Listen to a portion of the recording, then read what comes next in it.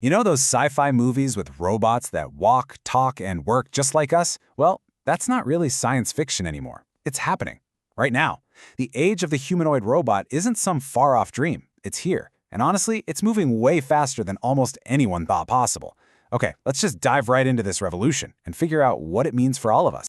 And that brings us to the elephant in the room, right? The big, unavoidable question that hangs over all of this incredible progress. With every new robot that learns to walk or pick up a box, are we just building better tools, or are we, actually building the Terminator? It sounds dramatic, I know, but as we're about to see, it's a question that engineers and ethicists are being forced to answer today, not decades from now. And look, this isn't just a theory. Take a look at this. This is Tesla's Optimus, and it's just one of many massive projects. You've got huge companies like Tesla, Boston Dynamics, and even partners like BMW and Amazon pouring billions, with a B, into making these machines a reality. This stuff is moving out of the R&D lab and straight onto the factory floor. And the money. Oh man, the money flowing into this is just staggering. Get this. $775 million was invested in just the first 3 months of 2024. To put that in perspective, that's more than any previous entire year. This is not a niche little experiment anymore. It's a full-blown global gold rush, and some of the biggest names in tech are leading the charge. So, what gives? Why is all of this happening right now? I mean, for decades, humanoid robots have been kind of clumsy, ridiculously expensive, and pretty limited. So what changed? Well, the answer really comes down to two huge breakthroughs that have completely changed the game. So, it really boils down to this two-part explosion. First, the AI brains inside these things got exponentially smarter, and at the same time, the physical bodies, the hardware, became dramatically cheaper to actually build. It's that combination, smarter software and more affordable hardware, that's the real engine driving this whole revolution. And this is super cool. It perfectly shows that AI breakthrough we were just talking about. On the left, you see these robots learning inside a computer simulation. They can practice walking, they can fall down, they can grab things millions and millions of times without breaking a single expensive part in the real world. Then on the right, you see that learned skill just transferred into a real robot in a real kitchen. This whole process is called sim to real, and it has absolutely slashed development time and costs. Okay, so that's the brains. What about the body? This diagram here breaks down the cost of a typical humanoid. You've got motors, sensors, AI chips, all that stuff. The key takeaway is that every single one of these parts has gotten both way more powerful and way less expensive over the last decade. So, what's the grand total? This right here, $50,000. This is the magic number. As of last year, that's the estimated cost to build one of these standard robots. And that's the price point where everything changes. It stops being a crazy expensive research project and starts becoming a real commercial product that you can actually mass produce.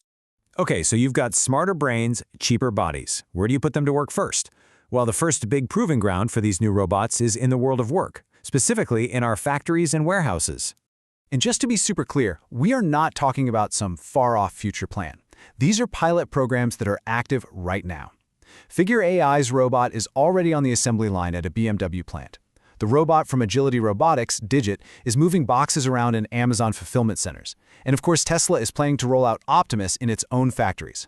The mission is pretty clear. Let the robots take on the dull, the dirty, and the dangerous jobs that are tough to fill with people. But the factory floor, that's not the only place these robots are showing up. And this is where the conversation takes a really sharp, and for a lot of people, a deeply unsettling turn. The exact same technology that's being designed for warehouses is also being built for the battlefield.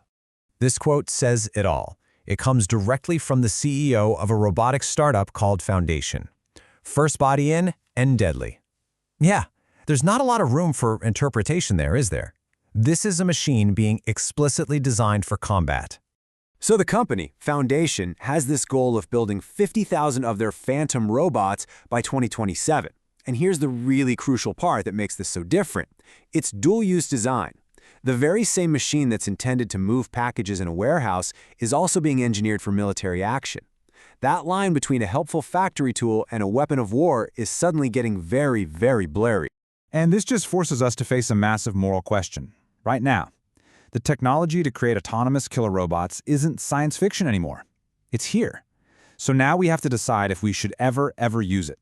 And according to military ethicists, this is the single most important question we can ask. You see, the debate isn't about whether a robot can be as accurate as a human soldier. The real question is, should we ever give a machine the authority to make the decision to take a human life? Now, at the very heart of the argument against lethal autonomous robots is this core idea: human dignity. It's the philosophy that every single person has an intrinsic, unique value. And if you allow a machine to kill a person, you're not treating that person as a human anymore. You're treating them as an object, something to be processed and deleted by an algorithm. So, the ethical case against them really boils down to these 4 key arguments. First off, like we just said, it violates human dignity. It reduces a person to a target. Second, a machine can't truly be moral. It can only follow its programming to imitate morality, but it doesn't have any real understanding. Then there's the emotional piece. A robot has zero concept of the gravity of taking a life. It can't show mercy. And finally, some ethicists argue it completely undermines the concept of military honor, which is deeply rooted in the idea of human risk and sacrifice. So look, whether it's for work or for war, one thing is crystal clear. This robotic future is coming, and the scale of it is almost hard to wrap your head around. And the timeline for this is just wow. Look at the curve on this chart. The growth is projected to be kind of slow for the next decade or so. That's the testing and tweaking phase. But then, look what happens after 2035. The adoption rate is expected to go exponential. We're talking about a technology that will completely transform entire industries and society itself. And by 2050, the total market for humanoid robots is projected to hit $1 trillion. A trillion. That's not just a new gadget. That's an entirely new global economy built on the backs of automated humanoid labor. The impact is going to be absolutely immense. So, this is where we're left. The technology itself, it feels inevitable at this point. The combination of advanced AI and robotics is just too powerful to stop. The real challenge for us, then, isn't a technical one anymore. It's a human one. The robots are coming. The only question we have to answer is, on what terms are we going to welcome them?